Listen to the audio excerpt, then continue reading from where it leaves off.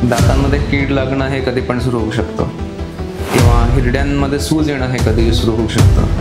Route canal तेव्हा करावं लागतं जेव्हा दाताची कीड त्याच्या नसेपर्यंत पोहोचते। ब्रेसेस तर लोकांना हवेच आहे, पण ब्रेसेसहून जास्त आता लोकांना अलायनर्स हवे। त्यांच्या हिरड्या सुजतात, हिरड्यांमध्ये बुटक्याचे पार्टिकल्स जाऊन हिरड्या खाली घसरतात। नमस्कार, डू ओरिजिनलमध्ये तुमचं स्वागत आहे। मी नेहमीच आमच्या पॉडकास्टच्या माध्यमातून वेगवेगळी माहिती, वेगवेगळी इन्फॉर्मेशन, वेगवेगळ्या गोष्टी, वेगवेगळ्या योजना, अशा बऱ्याच गोष्टी या पॉडकास्टच्या माध्यमातून, डू ओरिजिनलच्या माध्यमातून तुमच्यासमोर आणण्याचा प्रयत्न करत असतो। तुम्हाला नवीन काहीतरी माहिती जी आपल्या दैनंदिन आयुष्यात रोज चालता बोलता आपल्याला उपयोगी पडावी अशी माहिती मी तुमच्यासमोर आणण्याचा नेहमीच प्रयत्न करत असतो।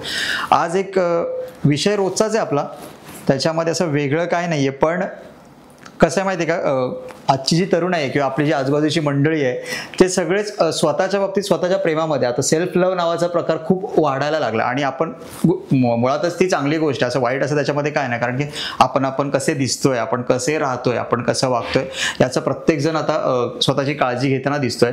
या सगळ्यामध्ये ना प्रामुख्याने एक आपल्या शरीराचा किंवा अवयवाचा एक भाग आहे किंवा शरीराचा महत्त्वपूर्ण भाग आहे की तो सगळीकडेच प्रथमदर्शनी भाग आहे आणि त्याची आपण काळजी घेतो। पण बऱ्याचदा काय होतं, 90% लोकांना त्याचं फक्त दुखणं वाढलं की डॉक्टरकडे जातात। त्याच विषयावरती मी आज चर्चा करणार आहे, ते म्हणजे आपले दात। माझ्या स्टुडिओमध्ये आज डॉक्टर नीरज दीक्षित आहेत, जे डेंटिस्ट म्हणून गेले कित्येक वर्ष लोकांची सेवा करतात। त्यांचं स्वतःचं डोंबिवली ईस्ट इथे क्लिनिक देखील आहे आणि त्या माध्यमातून ते काम करतात। सो आज मी सर्वसामान्य प्रेक्षकांना किंवा सर्वसामान्य नागरिकांना जे काही दातांच्या व्याधींबद्दल प्रश्न पडतात किंवा काही उपाय हवे असतात ते जाणून घेण्याचा डॉक्टर आम्ही प्रयत्न करणार आहोत। सगळ्यात आधी तर डू ओरिजिनलमध्ये तुमचं स्वागत आहे। थँक्यू। मी थेट माझ्या पहिल्या प्रश्नाकडे येईल की डेंटिस्टच्या बाबतीत किंवा दातांच्या डॉक्टरांच्या बाबतीत प्रामुख्याने असं होतं की एकदम दुखणं वाढल्यावरतीच ते तुमच्याकडे येतात, असं तुम्हाला वाटतं का? की बरेचदा असं की घरगुती उपाय करून होतात सगळे आणि मग जेव्हा त्याच्यावरही काय होत नाहीये तेव्हा मग तुमच्याकडे ते दात होतात, असं तुम्हाला वाटतं का? घरगुती उपाय आणि आता तर ओव्हर द काउंटर मेडिकेशन पण मिळतात फार्मसीमधनं, त्याच्यानंतर मग आमच्याकडे येतात। असं बऱ्याचदा होतं का तुमच्याकडे? म्हणजे किती टक्के अशी लोक आहेत? तरी अर्धे लोक असे असं समजून घ्या 50%, पण असे लोक असतात की ज्यांना प्रायोरिटी असते आपल्या दातांशी रिलेटेड। अगदी छोटी गोष्ट जरी झाली तरी ते लगेच येऊन दाखवतात आम्हाला। पण प्रामुख्याने आता कसं असतं, आपल्याकडे पोटाचे वेगवेगळे विकार आहेत, डोक्याचे वेगवेगळे विकार असतात, तसं मला विचारायला आवडेल की दातांच्या बाबतीत असे कुठले वेगवेगळे व्याधी आहेत की त्या तुम्हाला कुठल्याही वयामध्ये कधीही सुरू होऊ शकतात? दातांमध्ये कीड लागणं हे कधी पण सुरू होऊ शकतं किंवा हिरड्यांमध्ये सूज येणं हे कधी सुरू होऊ शकतं। प्लाक फॉर्मेशन ज्याला आम्ही म्हणतो, म्हणजे एक लेअर तयार होते दातांवर, ते अगदी म्हणजे दात जसे बनतात तशी सुरू होते। सो या काही गोष्टी आहेत ज्या तुम्हाला कधी पण होऊ शकतात। सो तसं म्हणजे असं काही वय नाही आहे की याच वयानंतर तुम्ही डेंटिस्टकडे गेला पाहिजे म्हणून। पण असं दैनंदिन जीवनामध्ये, डेली रुटीनमध्ये दातांच्या, ब्रशचं प्रत्येकजण म्हणतं की मी ब्रश करतोच आहे, बऱ्याच लोक 2 टाइम पण करतात ब्रश, पण आपल्या दैनंदिन जीवनामध्ये दातांची अशी वेगळी अशी काय काळजी घेतली पाहिजे प्रत्येकाने असं तुम्हाला वाटतं ॲज अ डॉक्टर?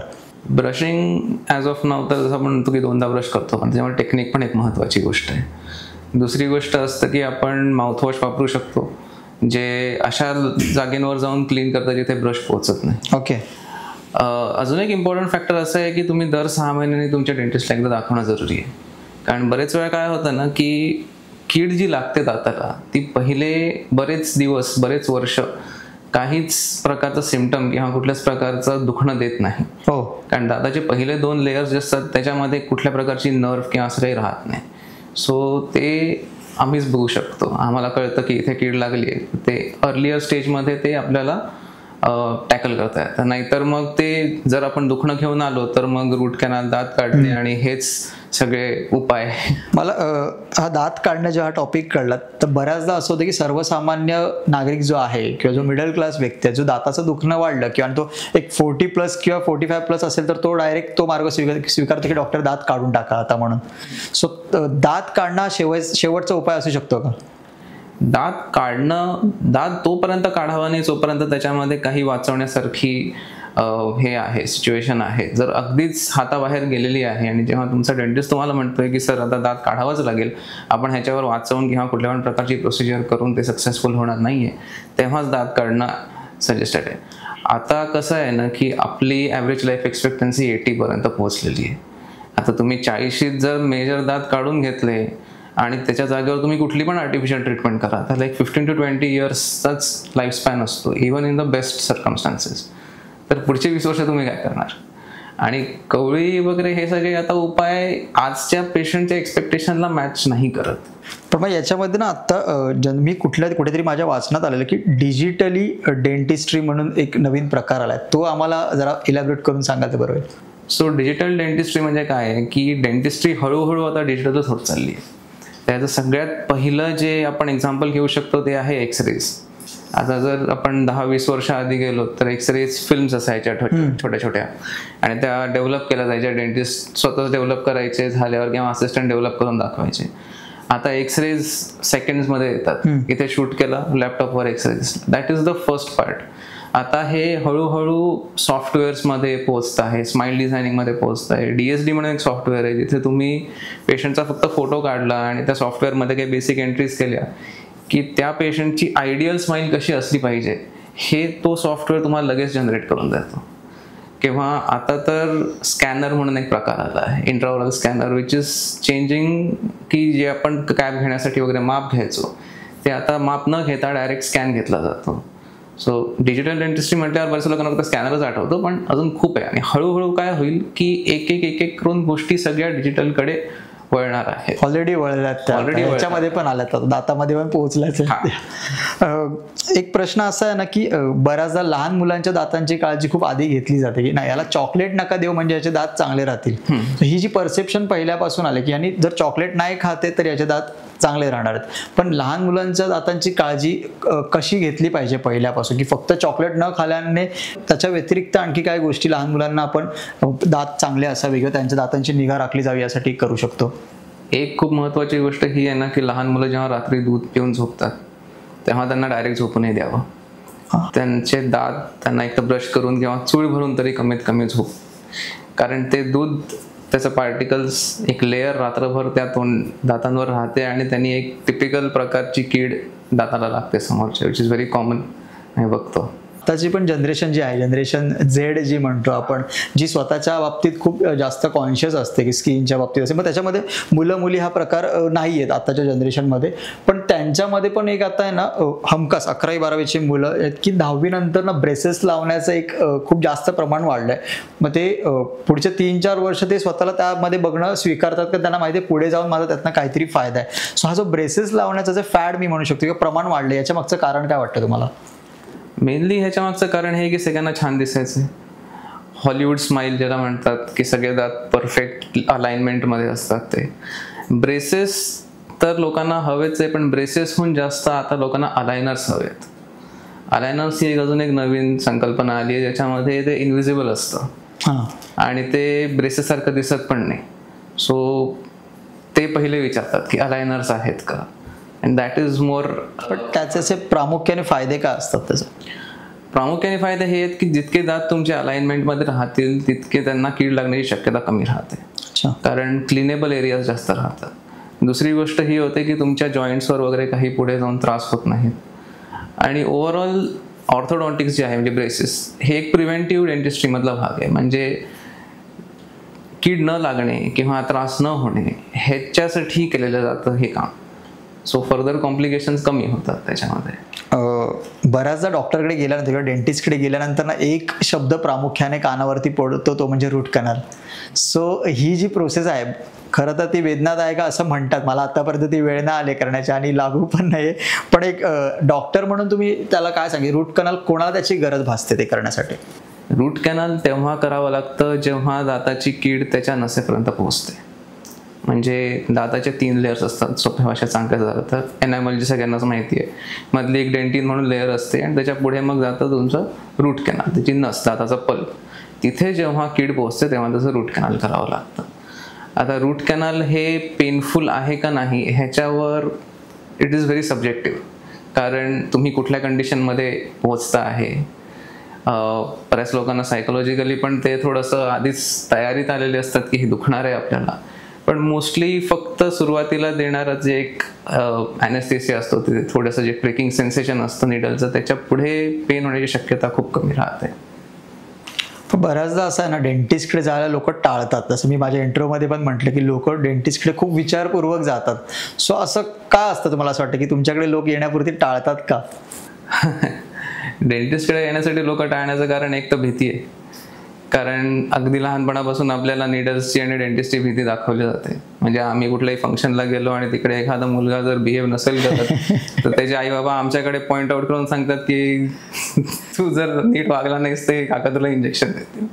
तर ते अगदी लहानपणापासून आपल्यामध्ये ती भीती भरलेली असते, त्याच्यामुळे ते आपण अवॉइड करत जातो. दुसरी गोष्ट, it's not a pleasant experience एक प्रकारे सांगायला गेलं, म्हणजे ॲटलिस्ट पेशंटच्या पर्स्पेक्टिव्हने, की आपण तिथे जाणार, आपल्याला काही काही ट्रीटमेंट केली जाईल. म्हणजे एखाद्या कॅफेमध्ये जाऊन कॉफी पिणं इज प्लेझंट एक्सपिरियन्स. डेंटिस्टकडे जाणं इज मोस्टली लोक प्रिफरन्सच्या हिशोबानेच जातात, म्हणजे त्यांच्या प्रायोरिटीप्रमाणे. जर असेल त्यांच्या प्रायोरिटी लिस्टवर तर येतात. पण बऱ्याचदा आता होतं की म्हटलं मगाशी की एक 45-50 नंतर लोक दात काढणं स्वीकारतात. मध्यमवर्गीय असेल म्हणजे की ते नेहमी नेहमी दुखण्यापेक्षा, नेहमी नेहमी डॉक्टरकडे जाण्यापेक्षा ती दाढ काढून टाकलेली बरं, असं बऱ्याचदा स्वीकारतात. पण दात काढल्यानंतर खरं सुरू होतं त्याची काळजी घेणं, कारण ती पोकळी निर्माण होते, ती जागा निर्माण होते. सर मला विस्तृतपणे ऐकायला आवडेल की ती काळजी कशा पद्धतीने घेतली गेली पाहिजे. ओके, सो दात काढल्यानंतर सगळ्यात पहिली काळजी जी तुम्हाला घ्यायची आहे ती म्हणजे पहिला सगळ्यात महत्त्वाचा भाग आहे की 24 तास तुम्हाला तोंडात जे काही लाळ, काही औषध किंवा रक्त हे सगळं तुम्हाला गिळून घ्यायचं आहे. काही पण थुंकायचं नाही, कारण तिथे क्लॉट फॉर्मेशन होतं. क्लॉट जर डिस्टर्ब झाला सुरुवातीच्या 24 तासांमध्ये तर तिकडे जे प्रॉब्लेम्स क्रिएट होतात त्याच्यामुळे महिनाभर तिथे त्रास होऊ शकतो. सो सगळ्यात महत्त्वाचं आहे की आपल्याला 24 तास जे काय सगळं गिळून घ्यायचं आहे. मग खाण्यापिण्यामध्ये काही रिस्ट्रिक्शन्स असतात, जसं थंड आणि मऊ खायचं असतं, गरम, तिखट, मसालेदार खायचं नसतं, म्हणजे त्या जखमेला जाऊन काही कुठल्या प्रकारचं इरिटेशन होत नाही. जर कुठल्या प्रकारचे व्यसनं असतील, दारू, सिगरेट अशा प्रकारचे, तर ते नाही करायचे. सिगरेटच्या स्मोकने तिकडे इरिटेशन होऊ शकतं. दारूमुळे जे जो डायलेशन होतं, बेसिकली ब्लड सप्लाय कमी होतं त्या एरियाला. जे दात काढल्यानंतर जे सॉकेट तयार होतं तिकडे ब्लड सप्लाय चांगला झाला पाहिजे, मग त्याचं हिलिंग चांगलं होतं.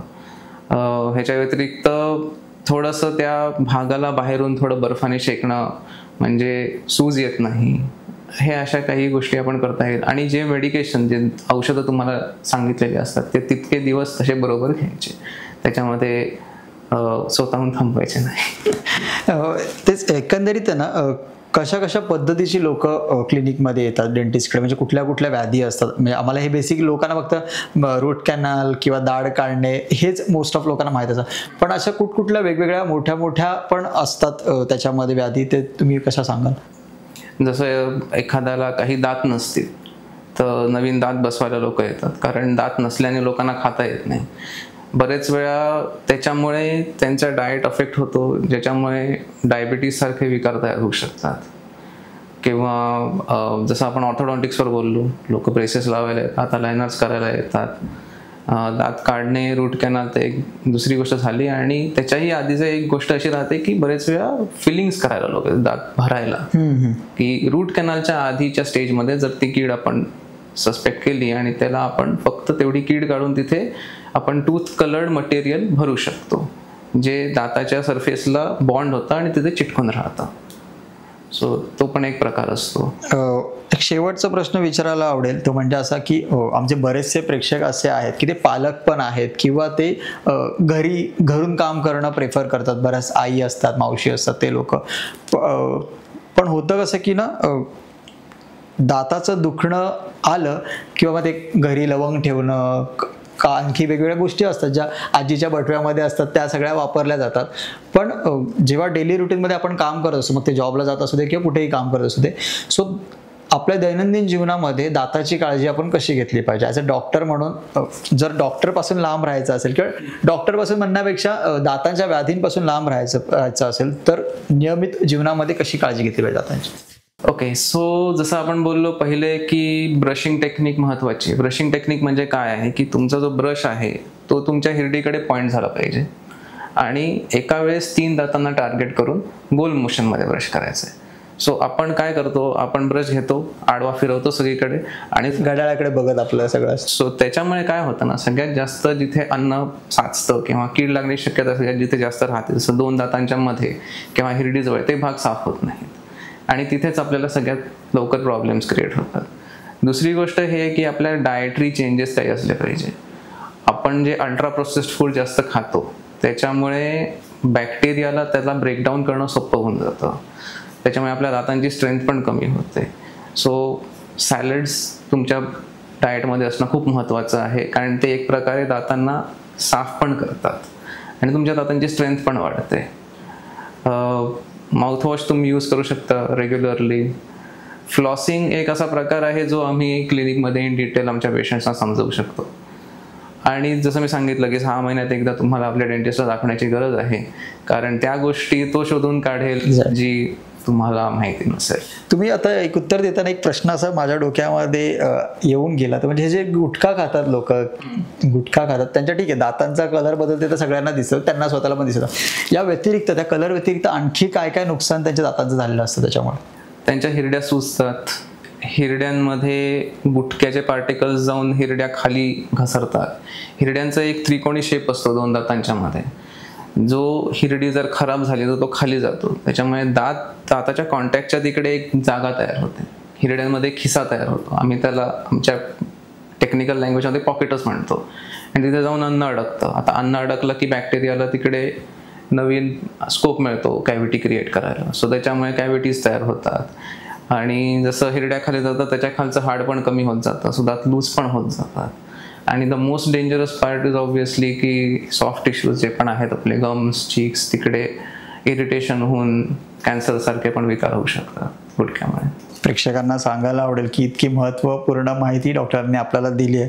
सो कुठलंही दाताचं दुखणं असेल किंवा काही असेल तर न घाबरता किंवा पहिले घरातले उपाय तर कराच, पण त्याचबरोबर दुसऱ्या दिवशी सकाळी उठून डेंटिस्टकडे जाणं आणि त्याच्यावरती योग्य तो सल्ला घेऊन त्या पद्धतीने मेडिकेशन करणं खूप गरजेचं आहे.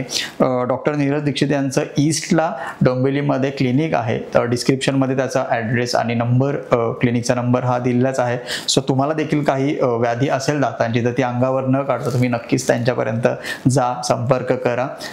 आणखीन अशाच विषयांसाठी तुम्हाला जर कुठल्या विषयांवरती माहिती पाहिजे असेल तर आम्हाला कमेंट बॉक्समध्ये नक्की सांगा. तोपर्यंत धन्यवाद.